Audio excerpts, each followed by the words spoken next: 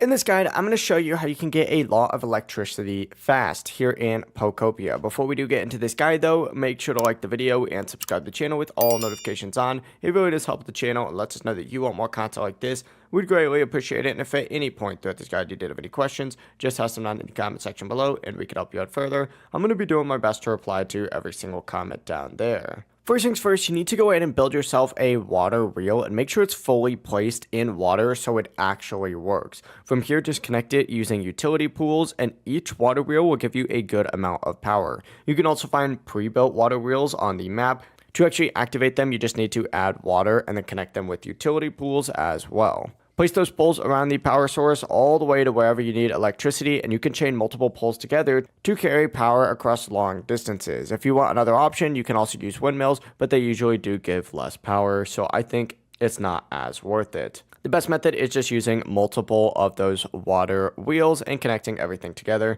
If you guys did have any questions, just ask them down in the comment section below and we can help you out further. I'm going to be doing my best to reply to every single comment down there.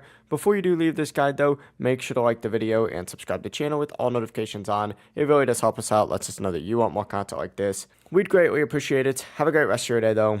Peace.